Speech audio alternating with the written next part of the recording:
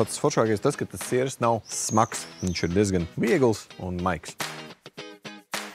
Čau, draugi! Saule spīd, vasaras saulgrieži ir klāti, un tāpēc mēs šodien pagatavosim kaut ko, ar ko svētkos varat padižoties un papildināt savu galdu, un tas būs jāņu siers ar ķimenēm un kādu odziņu. Pirmā lieta, ko mēs daram, gāžam iekšā katlā pienu.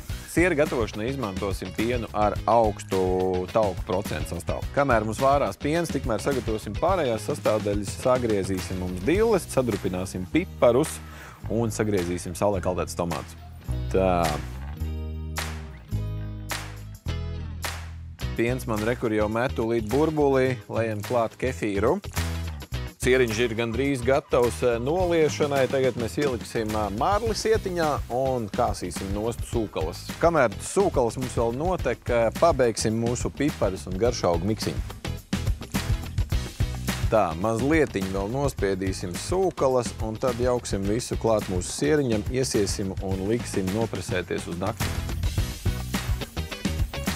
Tāds, kāds mums ir smuks bumbulīts. Tā, kur būs mums šķīvītas uz siera. Un tā, lai mums uz nakti nopresējās, uzliksim virsū smagumam bļodiņu ar ūdeni un liekam leduskapī.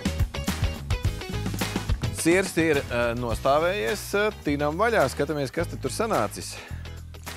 Man rokās ir kaut kas tāds, ar ko noteikti varat izcelties pie svētku galda, kas nebūs nevienam. Nu, ēdat daudz sieru un lai jums priecīgi svētki!